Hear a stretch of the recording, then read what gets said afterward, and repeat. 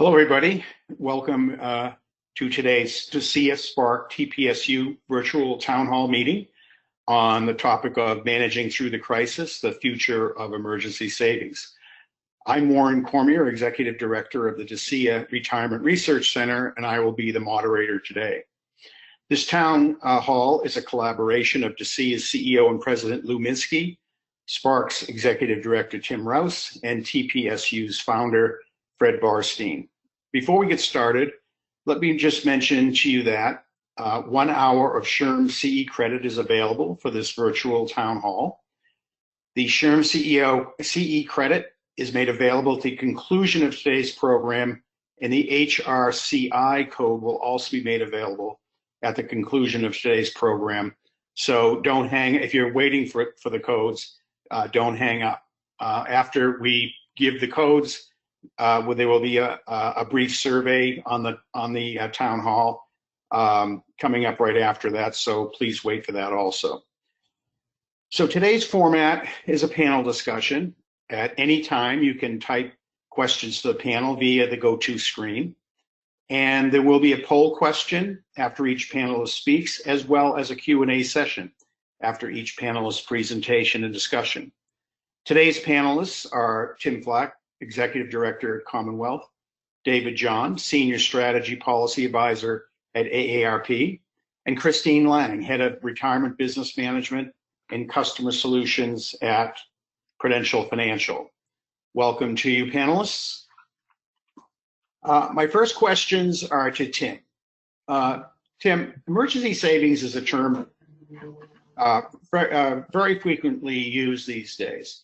In our industry, we hear terms such as financial literacy, financial wellness, and thought leadership, but they are often not very well defined. Emergency savings has joined that list. Can you help our attendees today understand what we in the industry are referencing when we use the term emergency savings? Absolutely, Warren, and I'm so happy to be able to join you guys today for this conversation. It's really, really timely. And I think to answer that question well, I want to take a minute to ground us in where we really are in terms of the financial well-being of most Americans. And, you know, I think a vivid illustration of that has been the events of the last 8-10 weeks. And the thing that stood out to me in particular is these miles-long lines of people waiting to get food. And I do a lot of work on household finance, and I was really floored to see that. And in particular, when you look closely, there are a lot of late model, pretty nice cars in those lines. And what it illustrates vividly is that many Americans, I think you can make the case, the majority of Americans are now living very much in the present in their finances. We had a little preview of this, if I could take you all the way back to January of 2019, when we had the federal government shutdown, and we realized through that the 800,000 or so federal workers who were impacted, many of whom are certainly moderate income, often have better compensation than their peers in some private sector industries. And we learned very quickly that 1 or 2 missed paychecks was a financial disaster for many of those workers. And so, a few more data points illustrate that. A number of surveys have asked the question, are you living paycheck to paycheck? The American Payroll Association found the answer was 74% of workers said they were. Career Builder came up with 78%. Willis Towers Watson had a lower figure at 38%, but that was only among workers at mid and large size firms. So what this illustrates is the overwhelming experience for whether it's 40% or 75% of us, it's an enormous number. The overwhelming experience is what's happening every single day in terms of cash flow. And the effect of that is that we tend to live our financial lives thinking about tomorrow or next month at most, and not very far into the future. So to go back to your question, what is emergency savings? I think for many of us, the model that we tends to come to mind is sort of the break the glass in emergency, is having a pot of reserves for that really extraordinary event. when we might be willing to, like the fire alarm, break through the glass and reach in and have a lifesaver in a moment of panic. But in fact, that really isn't what we think of as emergency savings in the current context of Americans' financial lives. It's much more like a shock absorber or a buffer or a flywheel, which is to say the need to build up some reserves in the moments when you have a little more income or a minor windfall. And for folks who are not paid salary, and there's a lot of data that points to increasing volatility in our economy and in the labor markets, that might simply mean you had a good week where you had extra hours on the schedule. And then that next week to being able to draw down those funds, and then the week after that to build them back up, and so on. So it's a build, use, rebuild cycle. And that's really different than breaking the glass for the extraordinary event. What it takes to make that work for folks are features like immediate access when you need the funds, like no or very low fees. You can't afford to spend a lot of that precious cushion on the cost of building and drawing down the funds.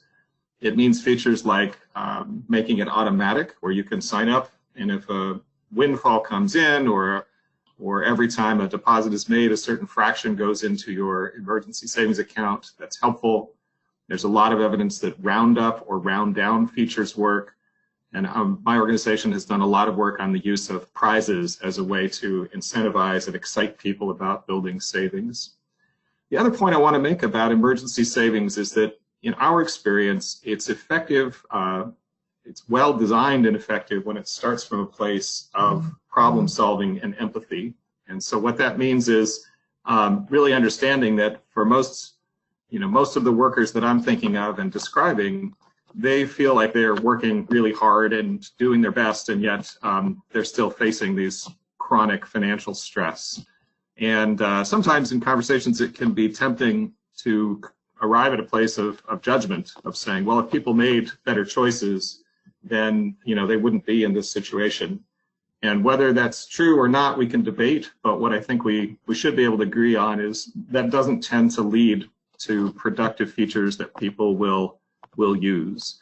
I think when you do work on household finance, there is always a story of somebody who did something insane, took the loan from their 401k in order to pay for the vacation or to buy the big screen TV. And what we find is that, those stories seem to take on outsized importance and really latch in our brains and somehow compete side by side with the reality of as many as 78% of us, living paycheck to paycheck. In terms of why emergency savings, the alternative is really, if you think about it, when that moment comes and you don't have the cash to pay the bill, pay the rent, pay the medical expense, it's some form of borrowing. And oftentimes for folks who are in retirement plans, that can take the form of loans or hardship withdrawals. For folks who aren't, they may look to really expensive solutions for borrowing. And so we think of emergency savings as the flip side of that, the preventive medicine.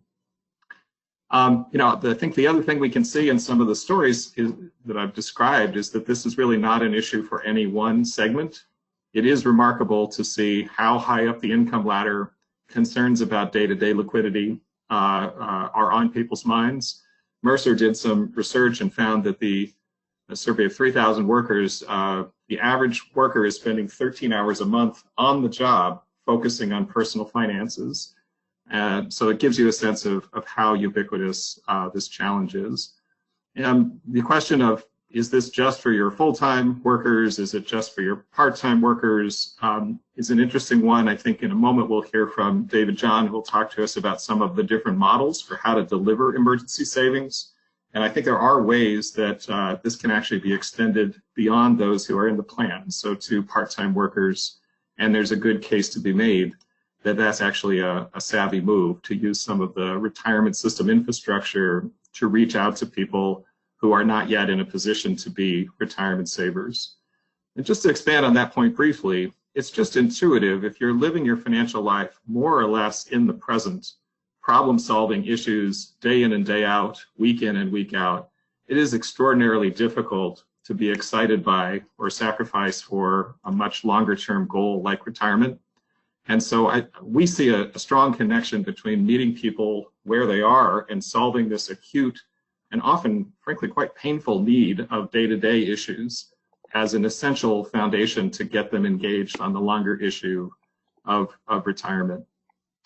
I wanted to close by just mentioning that we have been fortunate to be part of a large initiative, the BlackRock Emergency Savings Initiative, which is a very focused effort to really make progress on this question of emergency savings. And through that, we and our partner organizations, the Financial Health Network and the Common Sense Lab, are in a position to work with partners and have a special focus on record keepers and employers who would like to make progress on this issue, perhaps be leaders. And we have the opportunity to do that as part of a cohort that really are standing up and saying this is not just an issue for one employer or for one community. It's really a national issue. And so I want to mention that because we're in a position to be able to offer technical assistance and design advice and bring our experience in this area to bear to those of you who might be interested in working with us on that. Warren, I think I'll pause there. Terrific. Thank you. Our two other panelists, do you have any comments or observations on Tim's discussion? Well, this is Chris Lang. I guess I'll just jump in for Prudential. I love the frame, use the retirement system infrastructure. That's exactly what you're going to see us talk about in a moment. And I think extending that past retirement plan participants is a great thing to leverage. So I totally agree with that comment. Okay. Thank you. David?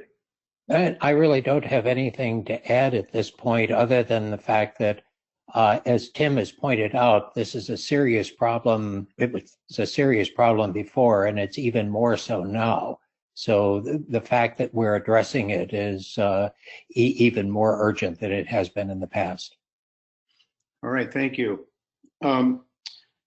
So, DJ, can you post the first poll question? So within the current crisis, will the current crisis increase the availability of emergent savings within DC plans? Simply yes or no. You can select one of those.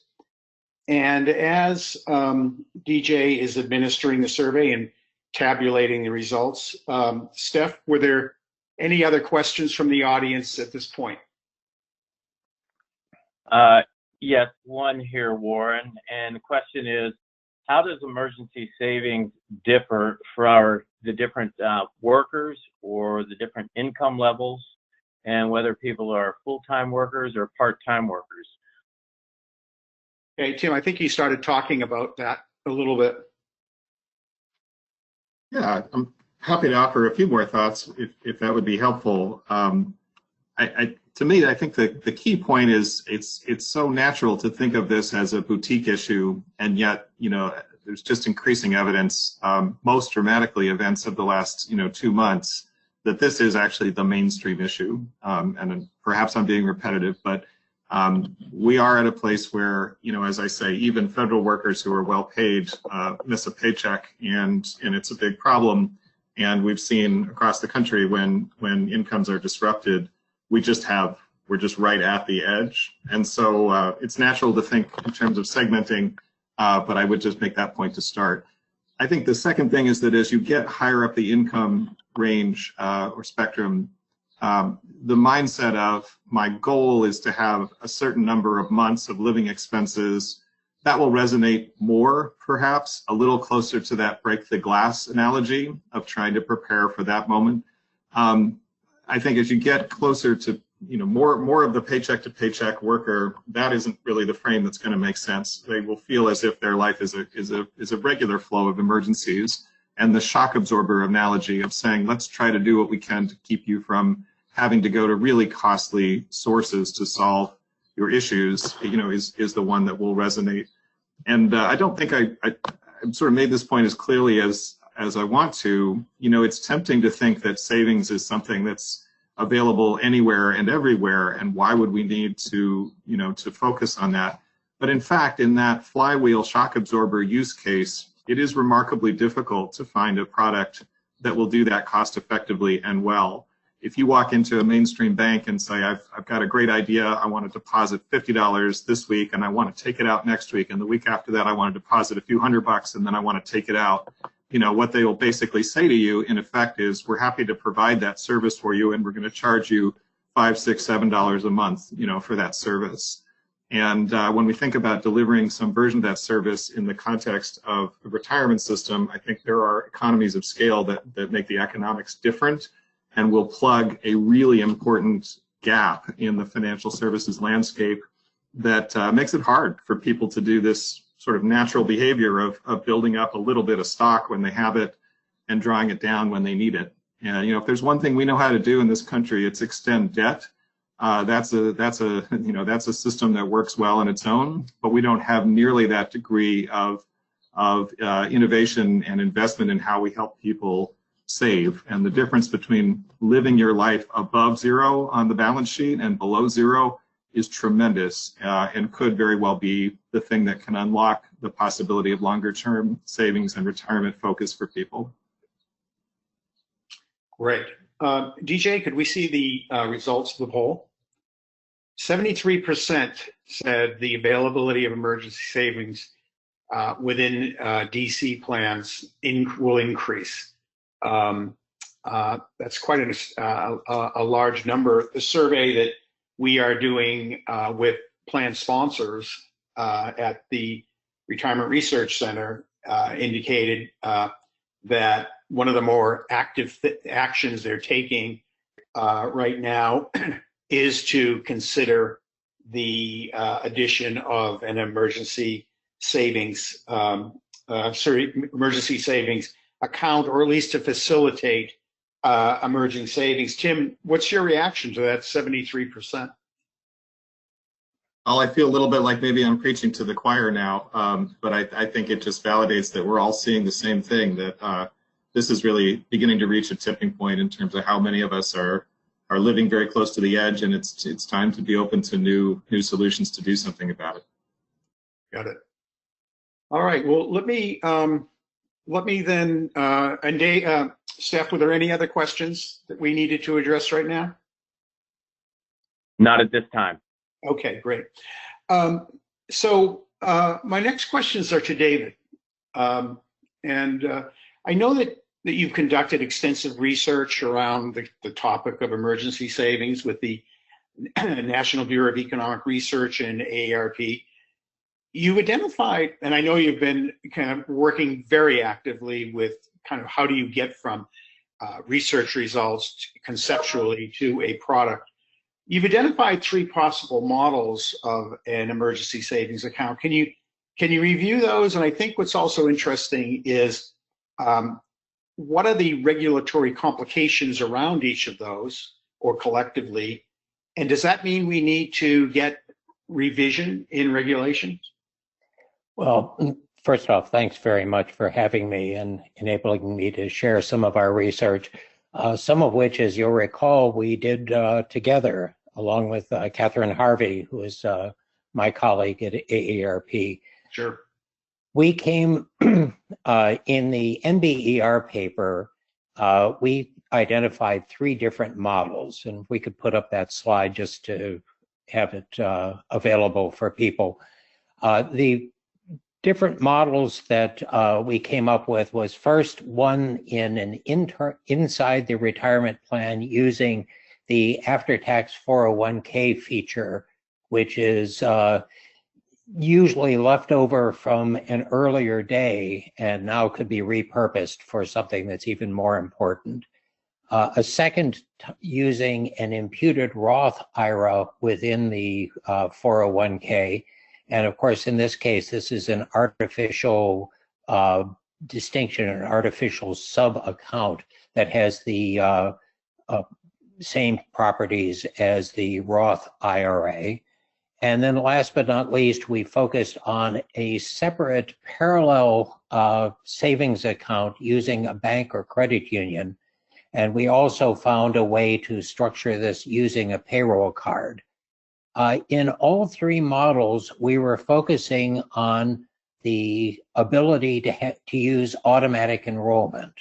One of the things that we want to make sure that we don't do in this is to structure the savings goal in a way that discourages people from participating. And we felt that by having a payroll deduction automatic enrollment system, people could, just as with retirement, save relatively small amounts each paycheck, and then using that build up an emergency savings amount that they could use. We found, however, as you've alluded to, that there are regulatory complications for all three of these models.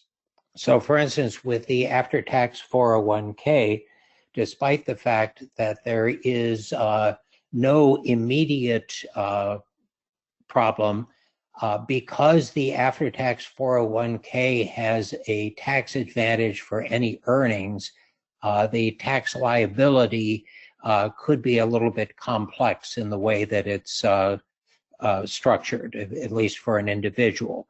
There are ways of getting around that. The imputed Roth IRA, we came up with, unfortunately, many more complications, especially having to do with the fact that if you use something like a stable value fund as your vehicle for emergency savings, you run into QDIA questions after about 90 days or so. And with the bank or credit union account, we ran into the problem that some very good and well-meaning regulations don't allow you to use automatic enrollment, since basically an individual must agree to accept a separate bank account rather than being auto-enrolled.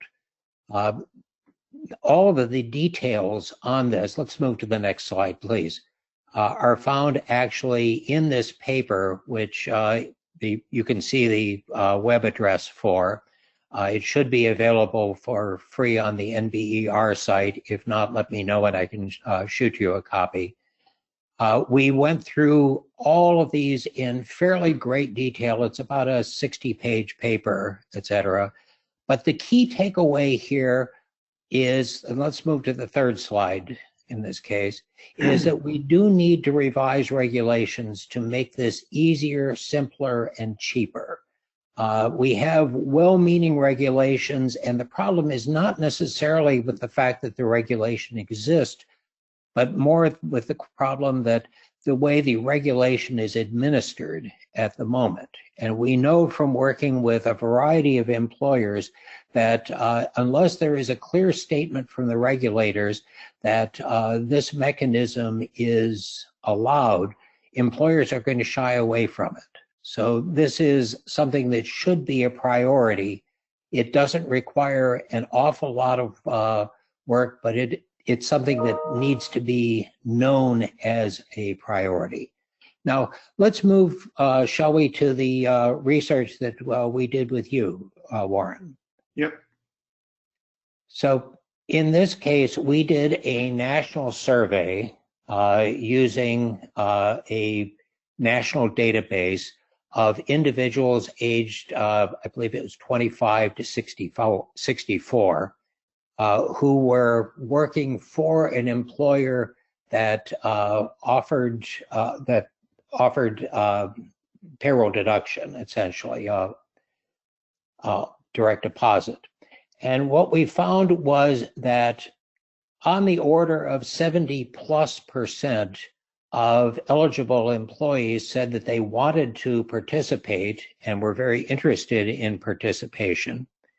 We also found that the reasons for that participation were, for the most part, emotional and psychographic rather than demographic. This was not a case, as was alluded to already by Tim, that the interest in this was just in moderate to lower incomes. The interest in the proposal was up and down the income scale across all the various and sundry demographic factors. Now, we have some data that will be forthcoming from AARP, which indicates that since the COVID-19 crisis, that these factors have, if anything, even increased. So then we asked, well, what features do you want for this account? And the three that were the most important, the ones that affected the participation most, actually could be grouped into two areas. Number one, I want to make sure that this is my money and that I can take this account with me after I leave. In other words, it doesn't default to my employer. And number two is that I want control over it. And that means that I want the ability to start and stop or change the amount that I'm saving. And most important, as Tim already mentioned, I want the ability to be able to take out my money at any time and to use it as I see fit. Now, we had had some discussions when we were doing the NBER paper as to whether or not there should be some sort of a circuit breaker. And I've heard these mentioned from a variety of other areas. In other words, should you have something or other that says, are you sure that this is really an emergency and you want that? And that would be a huge mistake in structuring this. And it's my personal belief that the reason is simply, this is my money, damn it, and I want to be able to use it as I see fit. So we definitely believe that individuals need to decide for themselves what the emergency is. They also don't want the employer necessarily to know when the account is accessed or why. Now, one of the things that was also really interesting was the fact that people were really indifferent as to whether or not the emergency savings earned anything or not. We asked whether or not you wanted something that allowed you to earn, or if obviously if you wanted to earn more, you would have some risk, or whether it would be low risk. And people really were not that interested one way or the other.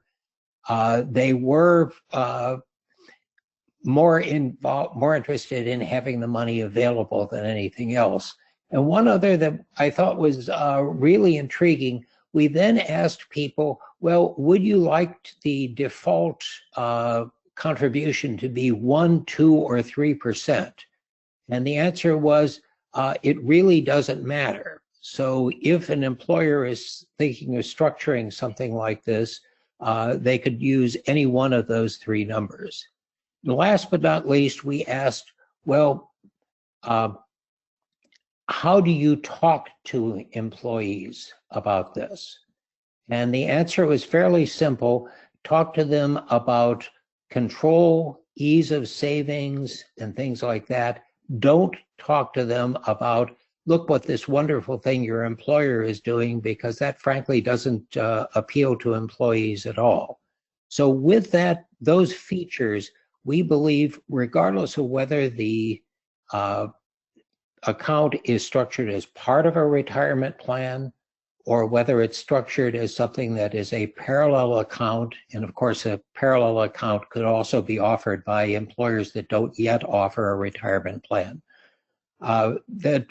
we think that this is something that has great interest and something that would actually serve people. Oh, one other point, we also asked about what happens if the employer matches your contribution. And of course, under current tax law, that would be, for the most part, any sort of a match would be taxable if it was in a bank or credit union account. And that was basically the super feature. Once you mentioned that, all other features just sort of faded into nothingness. And the key number here was that of the roughly 30% of people who said, I'm really not all that interested in the account, 85% of them suddenly said, hey, I think I'll participate if I'm going to get some free money for doing so.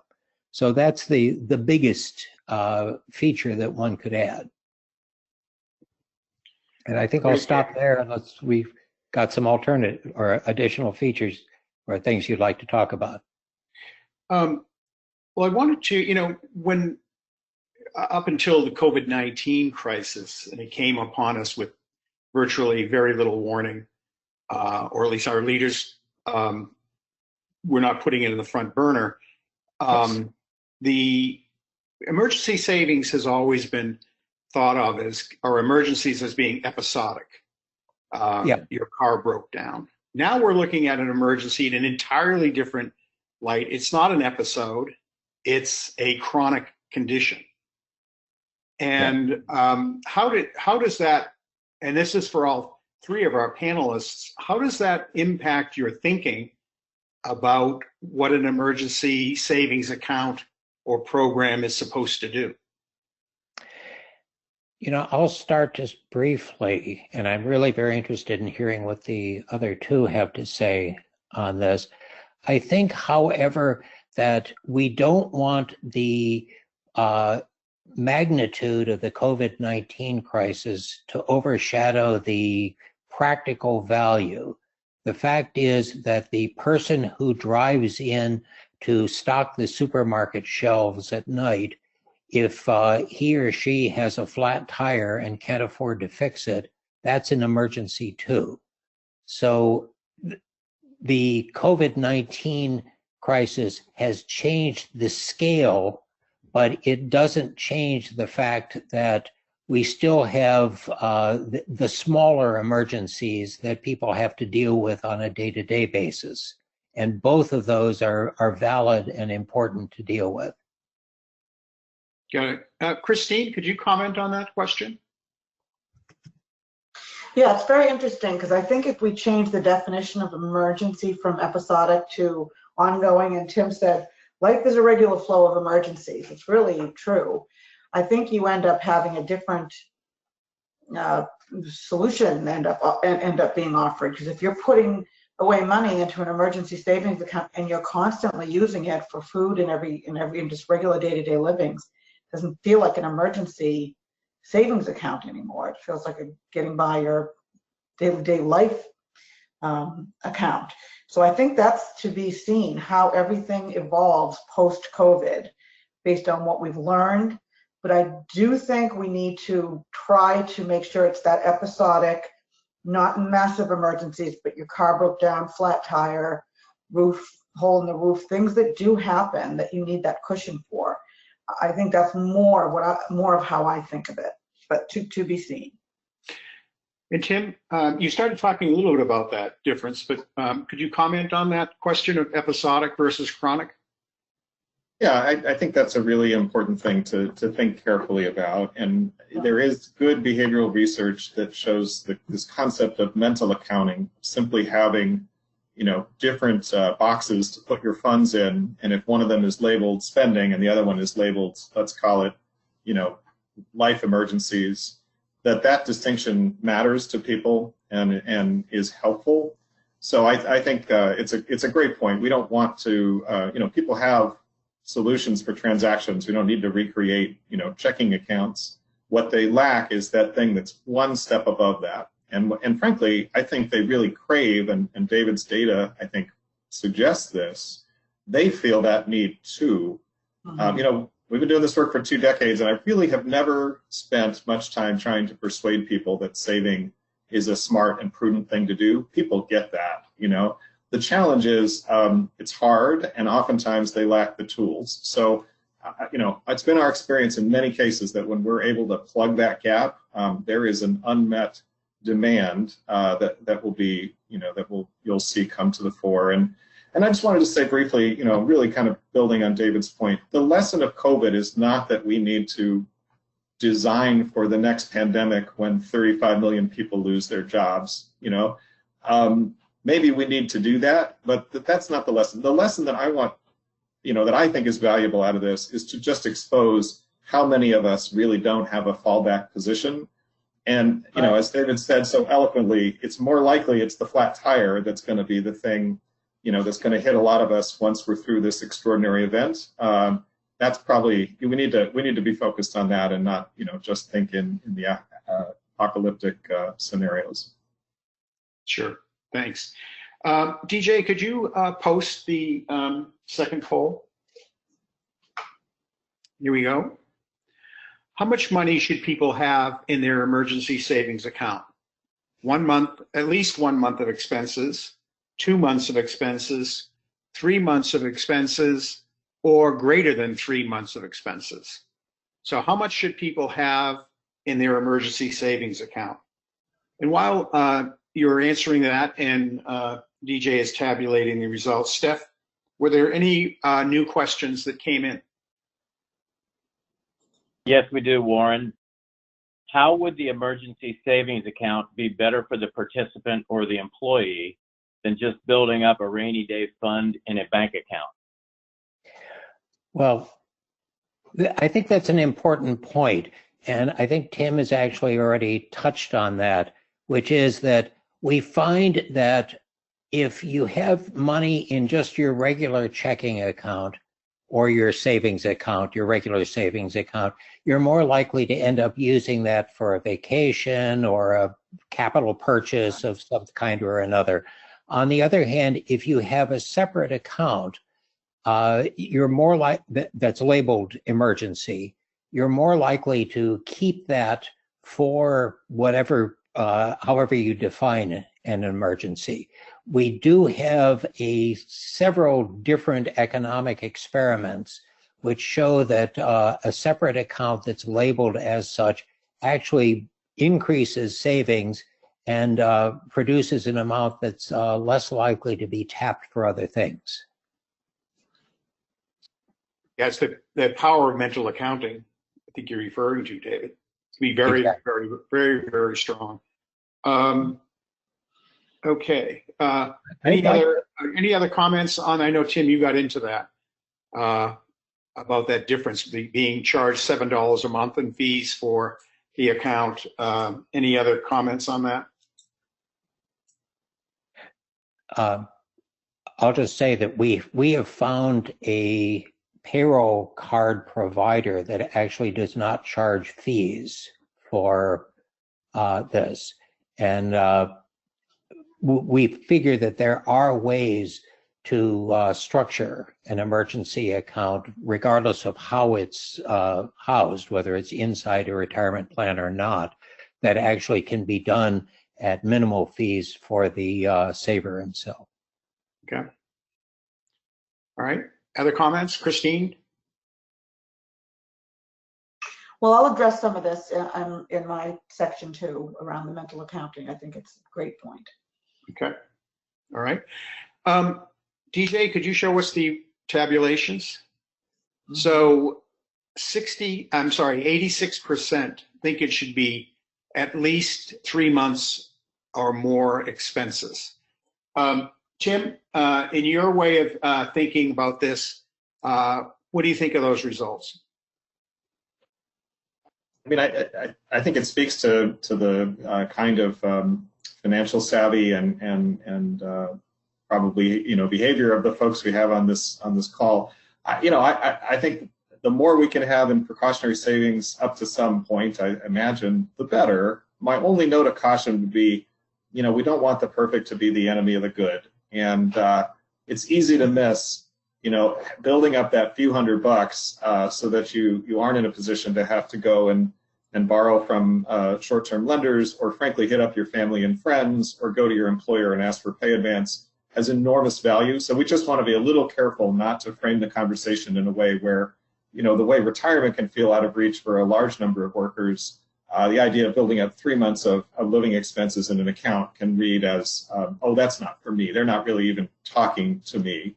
And that would be a real shame, because the highest return is probably for the people who are closest to the edge. So good aspiration, and maybe just temper it a bit if we were thinking about messaging. All right. So now some questions for Christine. I know your organization was early to recognize the importance of educating plan sponsors and participants on the basic need to establish an emergency savings fund. I don't know if it's really, if fund and account are the same thing, but I think of it as a fund, a source. What was the thought process that brought you folks to committing to the emergency savings fund effort back in 2018 when not everybody like today was talking about it? Yeah, thank you, Warren. I think it's a lot of what we just talked about here today, a lot of these concepts that we talked about here today. You think about retirement accounts today. The employer-sponsored retirement account is the primary savings vehicle for many people. That's where their money is. It's simple, it's easy, it's convenient. They take it out of their paycheck, and that's where people save. Unfortunately, participants experience barriers. I think one of you talked about that, to saving outside a retirement plan, and they end up not saving at all. So setting up something, it's almost like when we talked about mental accounting, setting up something inside the retirement plan is far enough away from your checking account so you don't just use it whenever you need it, but it's close enough so that it's usable if you need it. So I think that's kind of some of the thinking. And I'll also add that Prudential's been very much the forefront of this whole financial wellness concept, which everybody, of course, is. But I think it really was born out of that, this thing that every time you talk to people, it's the number one thing they're worried about is a broken, the tire, the car, the roof, all of that thing, small things. So when they face financial adversity, of course, what do? They take loans from their accounts. We all know that. We see it. They use it to pay off debt, for emergencies, for medical emergencies, et cetera. And, that impacts their retirement. Even a small loan can have a big impact if it's not paid back or if you stop contributing to the plan while you're taking that loan.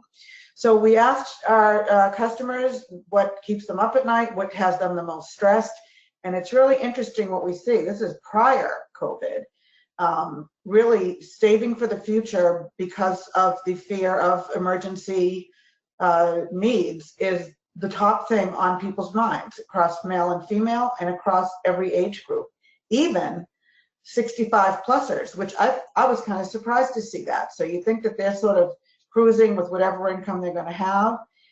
That's a problem there too, because an emergency with someone who's on a fixed income who can exactly pay their bills, there's no income coming from the next job.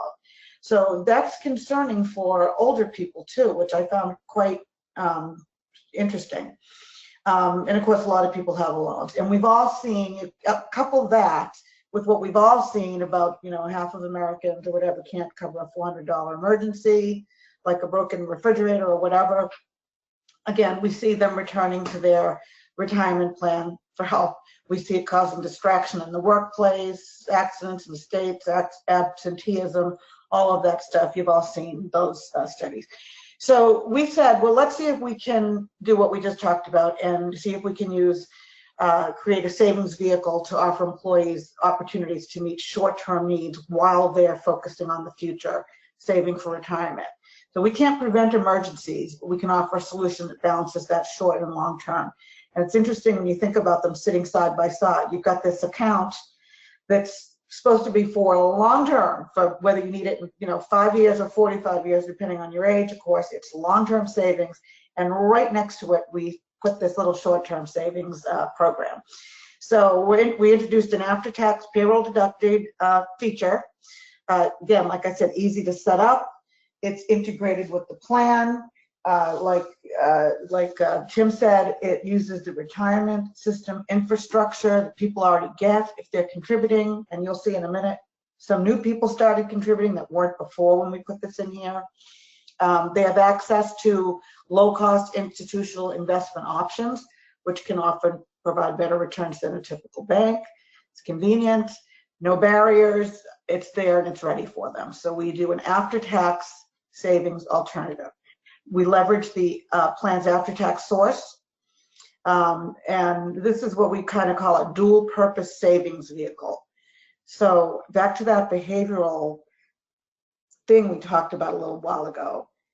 It's there for emergency, but it's almost like when you're sitting and looking at it, if I really don't even need an emergency, it'll keep growing and growing and be there for me when I retire. So that dual purpose psychology has really been helpful to us positioning that and helping people see through that, see that that's a valuable thing. If they don't use the money, still available. So let me tell you a little bit about how it works. Like you said, first out there with an offering in July of 18. I would say it's still sort of in pilot status. We'll see what happens post-COVID, but it has been something that's sort of, yeah, everybody knows we need it, but some plans are just not sure about taking up. We'll see how that changes now. Like I said, leverages the in-plan after-tax source, less friction for the participant to not have to open an account outside. It's automated, accessible, institutional investments are there. If you don't need it, you don't use it, it keeps growing for retirement. They have access to the full lineup. No expenses. We just talked about that. No additional expense for the plan or the participant, unless the plan doesn't have a after-tax source and they need to add it to their plan document. Plans can choose to match, just like they do pre-source files, and matching, guess what, drives up adoption, like you just said a minute ago. They can start at 1% and go as high as they want. They can stop or start at any time. Withdrawals, of course, they're taxed on earnings, but not the principal, because that's already been taxed. And we have not determined what's an amount to fund. I'd be curious myself on where the industry's going with that. Is it a month salary? Is it just like $2,000 just to get yourself a cushion for the tires and that sort of thing? How does that work out? So results are, we've got about 20-ish clients, that's where a little bit upwards of that have committed to rolling this out as early adopters. Interestingly, of the people that have taken up the option, half of them were not even in the plan. So I say that's a good story right there. It got people who were not contributing at all to the plan into the plan. So that's a psychological thing, of course, thinking of it as an emergency fund. The average contribution rate is about 4.5% in that source. We're seeing an interesting barbell develop where you've got a lot of people at 1% and a lot of people at 6%. You've got a lot of people who are highly comped, which makes us think they're not using it for an emergency saving. They're just using it for additional retirement savings, which of course they're allowed to do. We're seeing a fair number of people not choosing stable value or fixed income solutions. So even though we're marketing it as emergency saving, we're seeing some people use it as, just additional savings, which, like I said, of course, they're allowed to do. What are participants saying? And then I'll stop. The concept has really given them a feeling of empowerment, security, and peace of mind. So when we ask ourselves, what makes a program like this successful? Is it usage? Is it assets? Is it people taking their money out? I think it's this feeling of empowerment, confidence, security, and peace of mind. So it's a big behavioral story, this whole emergency savings thing. Have the cushion there if you need it. And that has been something that people have really told us they feel good about. What's next? We've been talking about, should we let them set a goal amount? So tell us, okay, my goal is $3,000, and we'll put their contributions in their match in that account until they get to $3,000, and then we'll move it over to a pre-tax. Questions start to come up there around who's going to monitor the goal? Do we want to start to get involved in what's an emergency? Is the big screen TV before Super Bowl an emergency? I don't think we should get involved in that. So lots of questions here to still be solved, but I think stepping in is the most important thing any of us providers out there can do for people. Great. Christine, did you do research among the plan sponsors who did not adopt it, and why? They all want to. Everybody wants to. I think it's a matter of, I can't give you numbers, but I think it's a matter of, I don't want to say fear, but worry that they will put it in and take it out. We already have that issue with loans. We don't want it to look like a Christmas club. There's just a little bit of nervousness. I think that is going to change dramatically now. And sponsors are going to realize it's a really easy, safe way to get their employees a tiny bit of comfort. Were there any concerns about whether there was an increased fiduciary risk? I don't recall that being an issue on people's minds. Not really. I don't think so, because there's no additional risk. They already had an after-tax source. I don't think that was an issue. And among participants, was there anything that you saw about slowing down leakage? That, there's one argument that this would be a way to stop people from taking loans or hardship withdrawals. Yeah. Did you see anything along that? Yeah, I mean, that's a primary thing. Stop the leakage. But what's interesting when you say that is, does this increase the leakage? Because now you're giving them a spout from which to leak. And this idea of continuing to replenish it as it gets used is where I think it gets tricky. So yeah, we have to think about that. And look what's happening right now. Talk about leakage. We're just leaking like crazy, right? Because that's the whole idea of now the CARES Act. So we have to really all stay on top of this and make sure people are protecting themselves, taking the money that they need, but not completely raiding. And we know that's an issue in this industry. Do people know what these accounts are even for? So I do think leakage was something that people wanted to address. David, we talked about one of the things people wanted was immediate access to their money. Yeah. Yes. And if it's to slow down leakage, that money's not available that quickly. If you take out a loan, I mean, if you're broken down by the side of the road, you want a debit card that can pay the mechanic who won't start the work until he's paid. Yeah. That's very true. And that's an important factor, because that is the kind of emergency that a significant number of people are going to be dealing with. Right. Okay. Tim, So, any thoughts about that? You see this account in action. Yeah. I think there's Go ahead. Sorry, this is good. Just a strong case to be made that if you cordon off a particular pot that is labeled and intended for emergencies, that you protect from the larger. And then I just pair that with the anecdotal observation that all of you on the call today will have your own version of, but having years ago been on the, worked in HR and seen people come in to request those hardship withdrawals and loans, they tend to maximize, they tend to ask the question, what's the most I can get, and anchor around that. And there's an opportunity by deliberately messaging, this is easily available. It's not bureaucratic, it's not slow, that people will be much more attuned to what do I need for the moment, not, wow, this is a hassle, I don't want to be back here in 2 weeks, just tell me what's the most I can have and I'll repay it when I get around to it. Yeah, it's such a behavioral subject, isn't it, when it comes down to it? And I think when we have not seen people just taking money out of it before COVID, of course, we haven't seen people just taking it, we haven't seen an increase.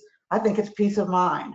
Having that $1,000, that $2,000, it makes you be more responsible, and you don't want to raid it for nothing. So it's very interesting. Very interesting.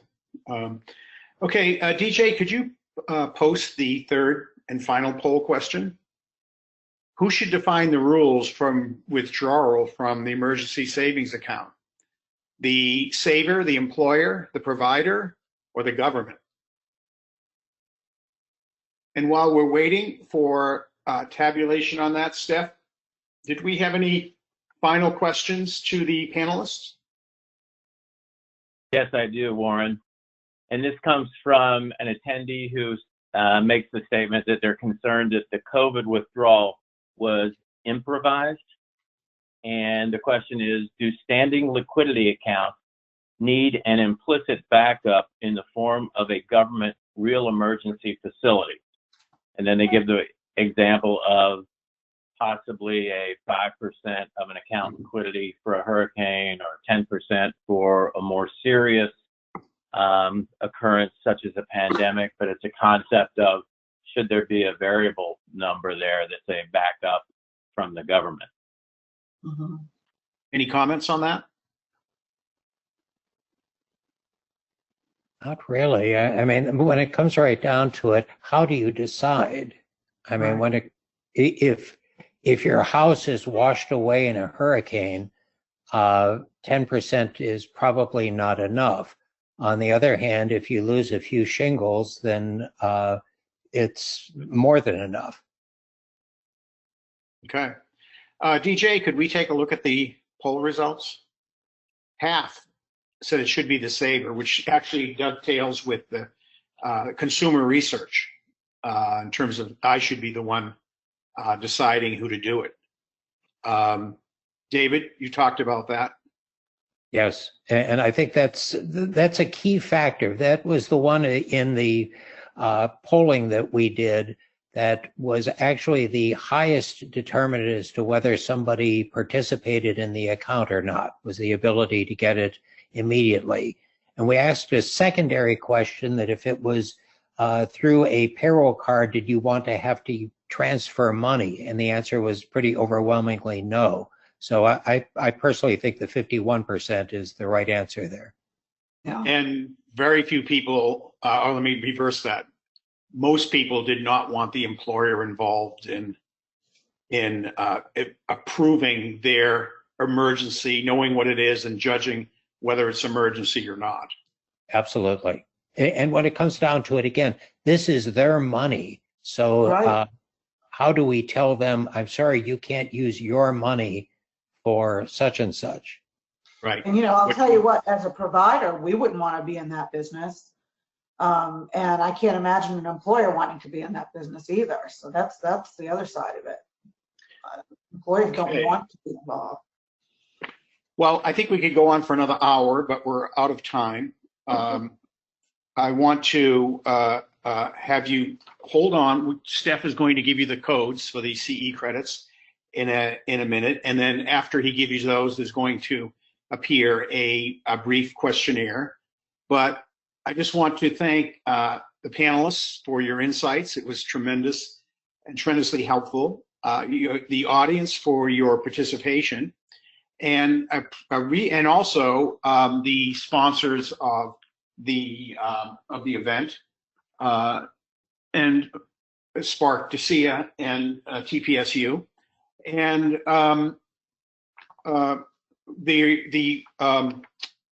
the replay of today's panel will be available on 401k TV next week, and the next TPSU virtual town hall meeting is on Friday, June 5th at 1 p.m. So on behalf of DECIA, Spark, and TPSU, thank you, and this concludes our meeting, our town hall meeting today, and please hold for the codes and the survey. Thank you.